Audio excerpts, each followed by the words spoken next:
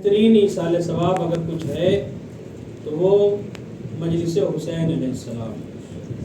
میں نے متعدد ایصال ثواب کی مجلس میں عرض کیا کہ اگر کوئی انسان سورہ فاتحہ پڑھتا ہے تو یہ انسان سوچے نہ کہ چند لوگ ہیں جو سورہ فاتحہ پڑھ رہے ہیں، بلکہ وہ ہستیاں بھی یہاں پر تشریف فرما ہے فرش اعضاء پر، جنہیں ہماری یہ قاصر نگاہیں مادی نگاہیں نہیں دیکھ سکتی. لہذا جب خطیب خاطب بیان کرنے والا ذاکر عالم ممبر سے کہتا ہے کہ فلاں مرحوم کے لیے سورہ فاتحہ پڑھیے، تو صرف وہی حضرات سورہ فاتحہ نہیں پڑھتے جو بیٹھے رہتے ہیں، بلکہ وہ انوار مقدسہ بھی سورہ فاتحہ پڑھتی ہیں جو آتی ہیں. سب سے پرانی کتاب زیارات کی کامل الزیارات، جس میں روایت ہے کہ جب فرش اعضاء بچتی ہے کوئی آئے یا نہ آئے اہل بیت ضرور آتے ہیں. جب اہل بیت آتے ہیں تو تمام انبیاء ملائکہ سب جو ہے فرش اعضاء پہ تشریف لاتے ہیں. کتنی عظیم بارگاہ ہے فرش اعضاء. آپ دیکھیں وہ اور لوگ ہیں جنہیں خواہش ہو کہ وہ جنت میں جائیں اور جانے کے بعد جنت دیکھیں. ہمارا مقدر اتنا بلند ہے کہ ہم جہاں بیٹھ جاتے ہیں جنت کے سردار آتے ہیں، وہ جگہ خود ہی جنت بن جاتی ہے. واہ سبحان اللہ. میرے ساتھ آئیے گا لفظ کا کام کریں. آپ دیکھیں یہ جو ہے فضیلت ہے فرش اعضاء کی. کامل الزیارات میں روایت ہے کہ جب کہیں پر مجلس برپا ہوتی ہے اور فرشتے آتے ہیں اور وہ فرشتے جب واپس جاتے ہیں تو وہ جو آسمان کے بقیہ فرشتے رہتے ہیں وہ کہتے ہیں تمہارے جسم سے بڑی اچھی خوشبو آ رہی ہے، تم کہاں پر تھے کہ تمہارے جسم سے اتنی اچھی خوشبو آ رہی ہے؟ تو وہ کہتے ہیں زمین پر اہل بیت کا تذکرہ ہو رہا تھا، اماموں کا تذکرہ ہو رہا تھا، حسین کا تذکرہ ہو رہا تھا، ہم اس کے لیے وہاں پر گئے ہوئے تھے. پھر وہ فرشتے کہتے ہیں مجھے بھی لے کر چلو وہاں پر جہاں سے تم آ رہے ہو. واقعاً انسان کو قدر جو ہے نعمت کے سلب ہو جانے کے بعد ہوتی ہے. جب تک رمق حیات چل رہی ہے انسان فرش اعضاء کی قدر نہیں کرتا، دوسری جگہوں پر ٹائم پاس کر دے گا لیکن مجلس سے دور رہتا ہے. مگر آپ دیکھیں یہی جو سلب ہو جاتی ہے 2020 میں جب نہیں مل رہا تھا مجلس حسین کے لیے بیٹھنا فرش اعضاء پر، تو پھر بڑی تڑپ تھی. انسان کو نعمت سلب ہو جانے کے بعد جو ہے اس کا احساس ہوتا ہے. جب تک زندگی ہے چلتا رہتا ہے، قدر نہیں کر پاتا. مگر جہاں موت و حیات سے جو وابستگی ہے وہ منقطع ہو جاتی ہے، پھر انسان حسرت کر کے کہتا ہے یا حسرتا، کاش کہ مجھے وقت ملتا اور پھر میں دوبارہ زندہ کیا جاتا اور پھر میں فرش اعضاء پر بیٹھ کر میں اہل بیت کا تذکرہ سنتا. یہ حسرتیں ہیں جو انسان جو ہے کرے گا بعد میں. واقعاً یہ نعمت ہے. اچھا وہ فرشتے کہتے ہیں کہ مجھے وہاں لے چلو. جو فرشتے جاتے ہیں وہ کہتے ہیں کہ وہ جگہ پر جو ہو رہا تھا ذکر حسین ہو رہا تھا وہ ختم ہو گیا، لوگ اپنے اپنے گھروں کو چلے گئے. تو پھر وہ فرشتے کہتے ہیں وہ جگہ تو باقی ہے جہاں پر ذکر حسین ہو رہا تھا. وہ جگہ تو ہے، وہ مقام تو ہے، وہ زمین کا ٹکڑا تو ہے جہاں پر ذکر اہل بیت ہو رہا تھا، مجھے وہاں لے چلو. کامل الزیارات کی روایت ہے کہ وہ فرشتے ان فرشتوں کو لے کر آتے ہیں اور پھر وہ فرشتے اپنے پروں میں اس مقام سے خوشبو کو بھر کر لے کر جاتے ہیں. آپ دیکھیں کہ جس مقام سے فرشتوں کو خوشبو مل جائے اسے مقام تذکرہ اہل بیت کہا جاتا ہے. صلوات پڑھیں احمد نعرے حیدری. یہ جو ہے وہ مقام ہے جہاں پر اہل بیت کا تذکرہ ہوتا ہے. اچھا ہماری سورہ فاتحہ میں ہو سکتا ہے اشکال ہو. میں نے عرض کیا جب سورہ فاتحہ کہا جاتا ہے صرف وہی مومنین نہیں پڑھتے جو وہاں پر بیٹھے ہوتے ہیں، بقیہ اور بھی نورانی مخلوقات بھی سورہ فاتحہ اور انوار مقدسہ بھی اہل بیت بھی سورہ فاتحہ پڑھتے ہیں. ہماری سورہ فاتحہ میں ہو سکتا ہے اشکال ہو سکتا ہے بسم اللہ صحیح نہ ہو سکتا ہے الحمد صحیح نہ ہو سکتا ہے ہم نے مدرسے میں وقت نہیں دیا ہو، ہماری جو ہے قرأت صحیح نہیں ہو. مگر کسی کے اندر کیا جرأت ہے کہ وہ اہل بیت کی پڑھی ہوئی سورہ فاتحہ پر انگشت کشائی کر سکے؟ کسی کے اندر کیا جرأت ہے کہ جو جناب سیدہ کی سورہ فاتحہ پر اعتراض کر سکے؟ بھیا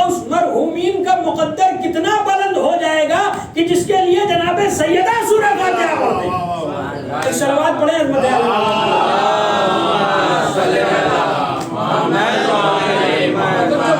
یہ ایصال ثواب کہ بہترین جو ذریعہ ہے وہ فرش عزا ہے. اور آپ دیکھیں بہترین جو نیکی ہے جو انسان والدین کے ساتھ کرے وہ زندگی میں بھی کرے اور مرنے کے بعد بھی کرے. مرنے کے بعد نیکی کیسے کرے گا؟ ایصال ثواب کے ذریعے سے. زندگی میں انسان کے پاس اختیار ہوتا ہے مگر مرنے کے بعد انسان مجبور ہو جاتا ہے، بے چارہ ہو جاتا ہے. اب اسے ضرورت ہے کہ کوئی سورہ فاتحہ پڑھے، اسے ضرورت ہے کہ کوئی ایصال ثواب کرے.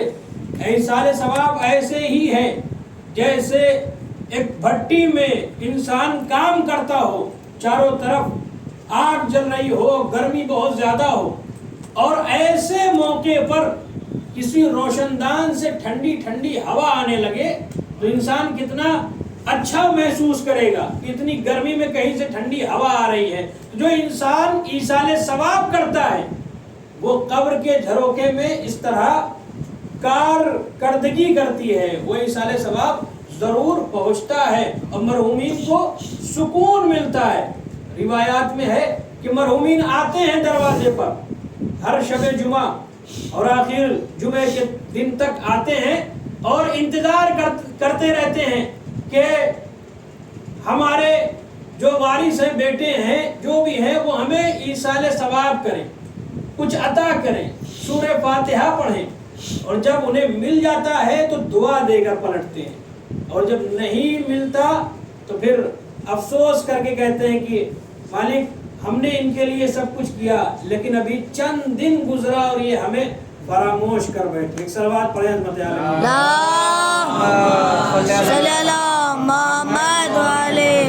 زندگی زود گزر ہے، زندگی جلدی سے ختم ہو جانے والی. کوئی کسی کے لیے نہیں رکتا، کوئی کسی کا انتظار نہیں کرتا، کوئی کسی کے لیے افسوس نہیں کرتا. چند دن کا افسوس ہوتا ہے، اس کے بعد پھر اپنی روزمرہ کی زندگی میں مصروف ہو جاتا ہے. انسان اگر یہ سوچے اپنے دوست کے اوپر بڑا گھمنڈ ہے کہ ہمارا دوست جو ہے ہمارے ساتھ دے گا، ہمارے فلاں دوست ہیں، ہمارے اتنے دوست ہیں، ہمارا اتنا سرکل ہے، کوئی ساتھ نہیں دیتا. وہی دوست جو آپ کے ساتھ 18 گھنٹے بیٹھے رہتے ہیں، جو آپ کے ساتھ 5 گھنٹے بیٹھے رہتے ہیں، جب انسان کا انتقال ہوتا ہے تو وہی دوست آن کر سب سے پہلے یہی سوال کرتے ہیں مٹی میں کتنا وقت لگے گا، جو کیجیے گا دفنانے میں کتنا وقت لگے گا. یعنی وہ دوست جو حقیقت. لہذا جو کچھ ہے انسان اپنے آپ حاصل کرے، لہذا مرنے کے بعد انسان بے چارہ ہو جاتا ہے. یہ ایصال ثواب وہ نیکی ہے جو مرنے کے بعد بھی جاری رہتی ہے. ایک صلوات پڑھیں عظمت اللہم صلی علی محمد. بہترین ایصال ثواب کیا؟ ذکر اہل بیت. ذکر اہل بیت کے ذریعے سے انسان ایصال ثواب کر سکتا ہے. ہاں جو تاریخیں ہیں، آج کی جو تاریخ گزری ہے امام کی شہادت کی تاریخ، اور جو کل کی تاریخ ہے جناب ابو طالب علیہ السلام کی وفات کی تاریخ ہے. محسن اسلام کون ہے ابو طالب؟ اگر غازی عباس وفا کے خدا ہیں، جناب ابو طالب بھی ان کے جد ہیں. دیکھیں یہ ہے جناب ابو طالب جن کی عظمت اتنی زیادہ ہے کہ آپ نے نبی کی پرورش کی. کس طرح سے پرورش کی؟ ہر آن نبی کی حفاظت کی ہے. آج اگر کہیں پر کوئی کلمہ گو ہے تو اس کی گردن پر جناب ابو طالب کا احسان ہے. اگر آج مسجدوں کے گلدستے سے اللہ اکبر کی صدائیں بلند ہو رہی ہیں اور خانقاہوں سے اللہ کی صدائیں بلند ہو رہی ہیں تو ان تمام صداؤں کے اوپر ابو طالب کا احسان ہے. اگر ابو طالب نہ ہوتے تو یہ صدائیں نہ ہوتی. سبحان اللہ سبحان اللہ. صلوات پڑھیں عظمت عالم.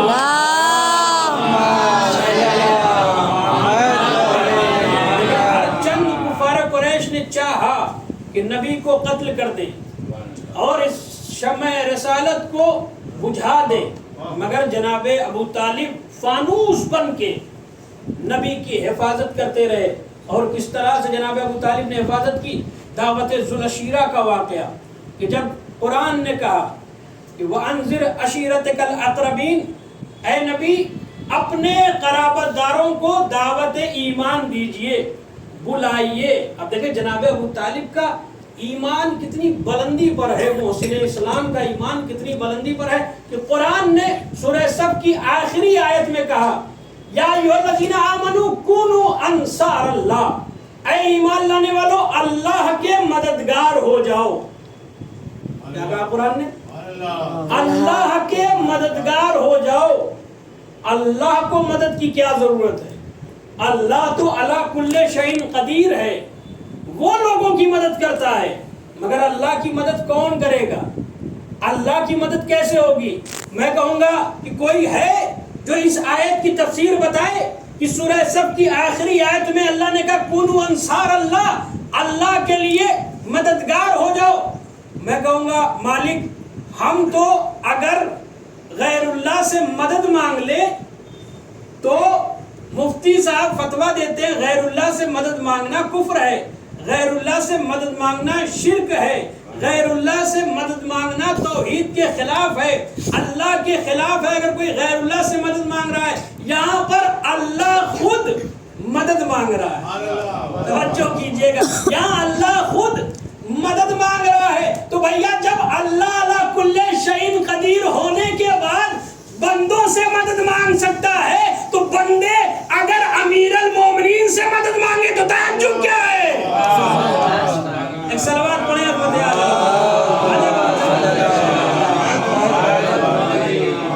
آ جائیے آگے دکھائیں, ایک صلوات پڑھیں فتح علیہ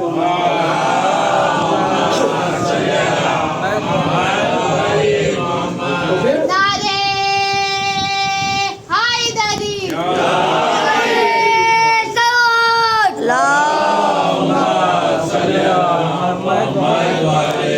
اگر اللہ مدد مانگ سکتا ہے تو پھر مومنین بھی مدد مانگ سکتے ہیں. اچھا انصار اللہ کا مطلب کیا ہے؟ ڈاکٹر صاحب آئیے, تھوڑا آگے آئیے آپ لوگ. ایک صلوات پڑھیں اللہم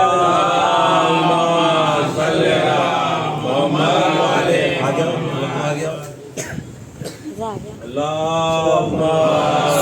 علی محمد وعلی محمد. اب دیکھیں اللہ اگر مدد مانگ سکتا ہے تو بندے کیوں مدد نہیں مانگ سکتے؟ اچھا اللہ مدد مانگ رہا ہے کیا مطلب؟ یہ کیسے فلسفہ سمجھ میں آئے کہ اللہ علی کل شیء قدیر ہونے کے بعد بھی بندوں سے کہہ رہا ہے میرے مددگار ہو جاؤ. اچھا اللہ نے مدد مانگی, کیا مطلب؟ مفسرین نے بتایا قسم خدا کی قرآن سمجھ میں نہ آتا اگر بولتے ہوئے قرآن نہ ہوتے. اب یہ آیت لے کر جائیے سورہ صف کی آخری آیت, کسی بھی قاری قرآن دانی کا دعویٰ کرنے والے کے سامنے پڑھیے, اس سے کہیے کہ اللہ نے کہا ہے کہ کونوا انصار اللہ, یا ایھا الذین آمنوا کونوا انصار اللہ, اے ایمان لانے والو اللہ کے مددگار ہو جاؤ. تفسیر کر کے بتائے تو پھر جانے کیسے سمجھ میں آئے گا؟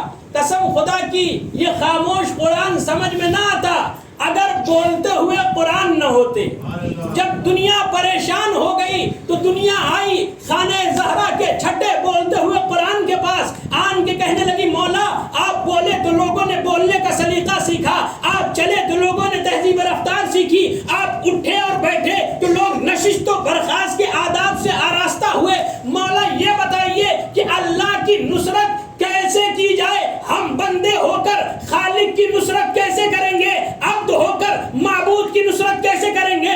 مخلوق ہو کر خالق کی نصرت کیسے کریں گے؟ کمزور ہو کر علی کل شیء قدیر کی نصرت کیسے کریں گے؟ تو لمحوں میں صدیوں کی گتھی سلجھانے والے امام نے ارشاد فرمایا سنو یاد رکھو اصل میں نبی کی نصرت اللہ کی نصرت ہے. واہ واہ سبحان اللہ. توجہ کیجئے گا, توجہ فرمائے, نبی کی نصرت ہی اللہ کی نصرت ہے. اب عظمت ابو طالب کو آپ سمجھیں جس کی شب وفات ہے آج, نبی کی نصرت اللہ کی نصرت ہے. اچھا کون کرے گا نبی کی نصرت؟ اللہ کس سے نصرت چاہے گا؟ کیا اللہ کسی سے بھی نصرت مانگ سکتا ہے؟ کہا نہیں, اللہ اسی کی نصرت چاہے گا جو با ایمان ہوگا.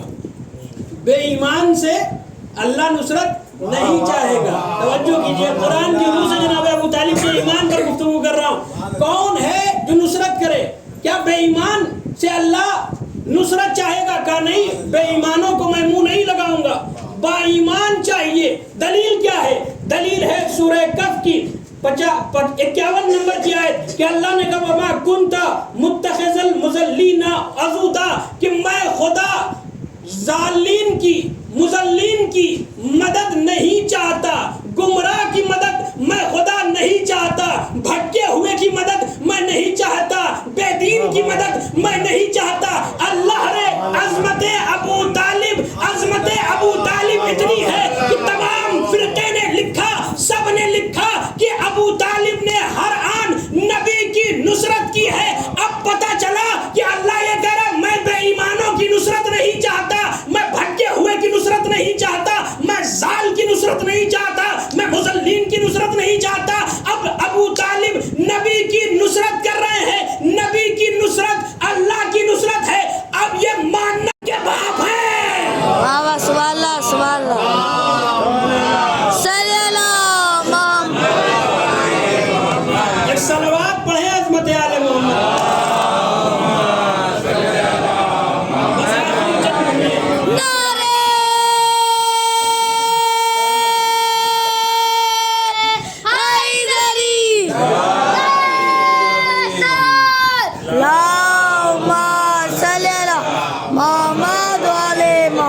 جناب ابو طالب کی عظمت کیا ہے؟ قرآن نے کہا انذر عشیرتک الاقربین کہ اپنے قرابت داروں کو دعوت ایمان دو۔ نبی نے تمام خاندان کے لوگوں کو جمع کر لیا، ایک دن بلایا، کہا کہ اللہ کا پیغام آیا ہے، میں بہترین دین تمہارے درمیان لے کر آیا ہوں، جو زمین اور آسمان سے میں سب سے بہتر دین ہے، جو دھرم سب سے بہتر ہے میں وہ تمہارے پاس لے کر آیا ہوں۔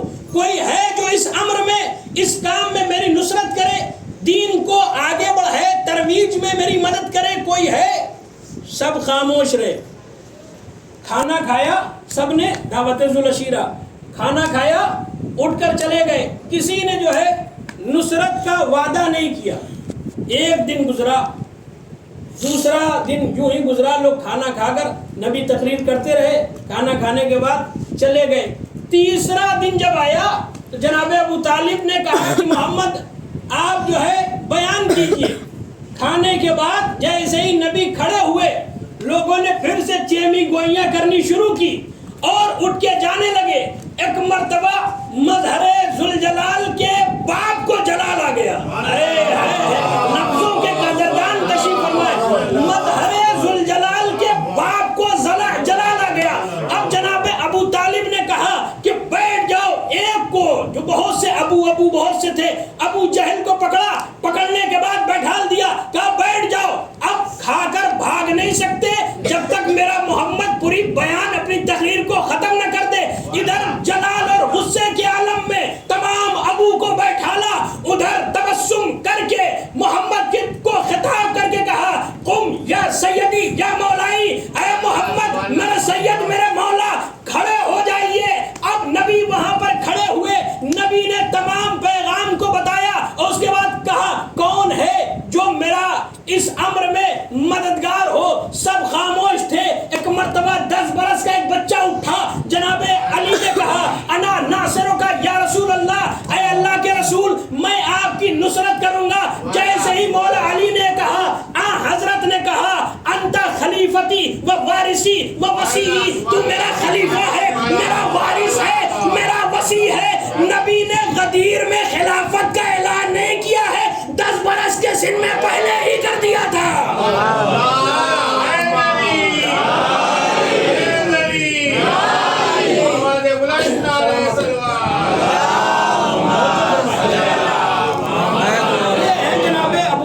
جناب ابو طالب کی ذات۔ اب جب یہاں سے لوگ جانے لگے تو تانا دیتے ہوئے جناب ابو طالب کو جا رہے ہیں کہ آپ اب اپنے 10 برس کے بچے کی اطاعت کیجئے۔ جناب ابو طالب کا ایمان وہاں پر دیکھیے، جناب ابو طالب کا سن زیادہ ہے، حضرت کم سن ہے، حضرت کے ساتھ جناب علی امیر کم سن ہے، 10 برس کے ہیں۔ جیسے ہی لوگوں نے تانا دیا، تمام ابو نے تانا دیا، کہا آپ اب اپنے 10 برس کے بچے کی اطاعت کیجئے، وہ جو کہے آپ سر جھکا کر مان لیجئے۔ جناب ابو طالب نے کہا میرے حبیب خدا نے کہا ہے جو وہ کہیں گے میں مانوں گا۔ یہ ہے کمال اطاعت، یہ ہے کمال اطاعت، یہ ہے جناب ابو طالب۔ لہٰذا اسی احسان کے بدلے کو نبی نے غدیر کے میدان میں چکایا ہے۔ جناب ابو طالب کی عظمت کتنی زیادہ ہے، آپ دیکھیں جناب ابو طالب کے اوپر بھی لوگوں نے ظلم کیا۔ اس زمانے میں جناب ابو طالب کے اوپر کوئی ظلم نہیں کیا، بظاہر جب تک وہ زندہ تھے ان کو قتل نہیں کیا، ان کو زہر نہیں دیا، ان سے کسی طرح سے جو ہے ان کو مارنے کی کوشش نہیں کی، اس لیے کہ جناب ابو طالب قوی تھے۔ ظاہر سی بات ہے جو علی کا بھی باپ ہو اس میں جرت ہے جو ان سے نبرد آزمائی کر سکے، لہذا کوئی ان کے مقابل نہیں آیا۔ یہی وجہ ہے کہ نبی جب تک جناب ابو طالب زندہ تھے نبی کو سکون تھا، دین اسلام کی ترویج کر رہے تھے، تمام کفار قریش ایک طرف تھے، محسن اسلام ابو طالب تنہا تھے جو نبی کے لیے سپر بن کر کھڑے ہوئے تھے۔ وہ نبی کی جو طٰہٰ ہے، وہ نبی جو یاسین ہے، وہ نبی جو مزمل ہے، وہ نبی جو مدثر ہے، وہ نبی کہ جس کا سایہ بھی نہیں ہے، وہ ابو طالب کی ذات کیسی ہے کہ جس نبی کا سایہ بھی موجود نہ ہو اس نبی کے لیے سایہ بن جائے۔ سبحان اللہ سبحان اللہ۔ اس نبی کا سایہ بن جائے، جس کا سایہ نہ ہو اسے ابو طالب کہتے ہیں۔ آپ دیکھیں جناب ابو طالب کے اوپر کیسا ظلم ہوا، ان کو تہمت سے ان کے اوپر ظلم کیا گیا، تہمت لگائی گئی کہ معاذ اللہ انہوں نے کلمہ نہیں پڑھا تھا، معاذ اللہ انہوں نے کلمہ نہیں پڑھا گا۔ یہ عجیب بات ہے، جس نے روایت کی ہے، جو اس بات کا راوی ہے کہ نبی آخری وقت میں جناب ابو طالب سے کہہ رہے تھے کہ کلمہ پڑھ لیجئے، کہاں کہہ رہے تھے؟ گھر کے اندر حجرے میں، اور کہاں کہہ رہے تھے؟ کان میں کہہ رہے تھے کہ چچا جان کلمہ پڑھ لیجئے، چچا جان کلمہ، پتہ ہے کان میں کہہ رہے ہیں۔ اور وہ جو راوی ہے اس بات کا، ابو ہریرہ نے روایت کیا ہے، جس سے روایت کیا ہے وہ جو بیان کرنے والا ہے اس کی خصوصیت یہ ہے کہ وہ ایک آنکھ کا کانا تھا۔ سب نے لکھا، علم رجال کے تمام لوگوں نے، محدثین نے لکھا کہ ایک آنکھ کا کانا تھا اور دوسری آنکھ سے برابر دکھائی نہیں دیتا تھا، کانوں سے برابر سنائی نہیں دیتا تھا، مگر بہرے اور کانے کی بات پر اعتماد کر کے محسن اسلام کے اوپر کافر کا دھبا لوگوں نے لگا دیا۔ عجیب بات ہے، تمہیں کان میں کہی ہوئی بات یاد آ گئی، غدیر جیسے میدان میں کہی ہوئی بات نہیں یاد آئی۔ سبحان اللہ سبحان اللہ۔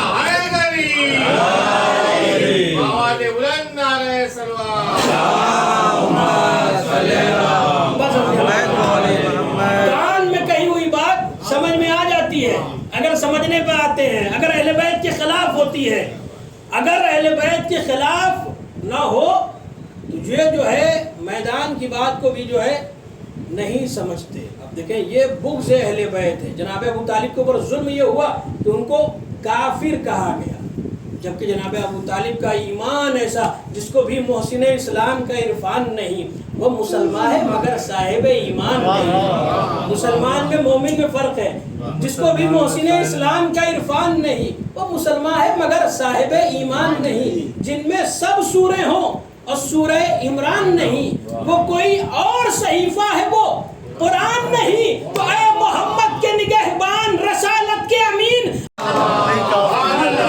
صلوات پڑھیں عظمت آل محمد۔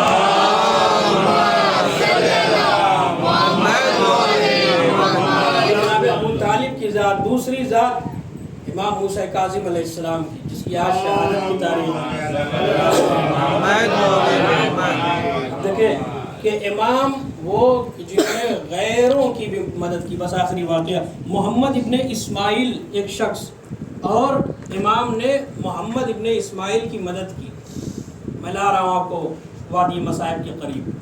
جب محمد ابن اسماعیل کو بغداد جانا ہوا تو محمد ابن اسماعیل کے پاس بغداد جانے کا پیسہ نہیں تھا۔ اس نے سوچا کہ چلے اس کے ہی در سے ملے گا کہ جو کائنات کو عطا کرتا ہے، لہذا محمد ابن اسماعیل آیا امام موسیٰ کاظم کی بارگاہ میں اور آن کے کہنے لگا کہ مولا مجھے بغداد جانا ہے، پیسے کی ضرورت ہے، کچھ عطا کر دیجئے۔ مولا نے اسے عطا کیا 1500 درہم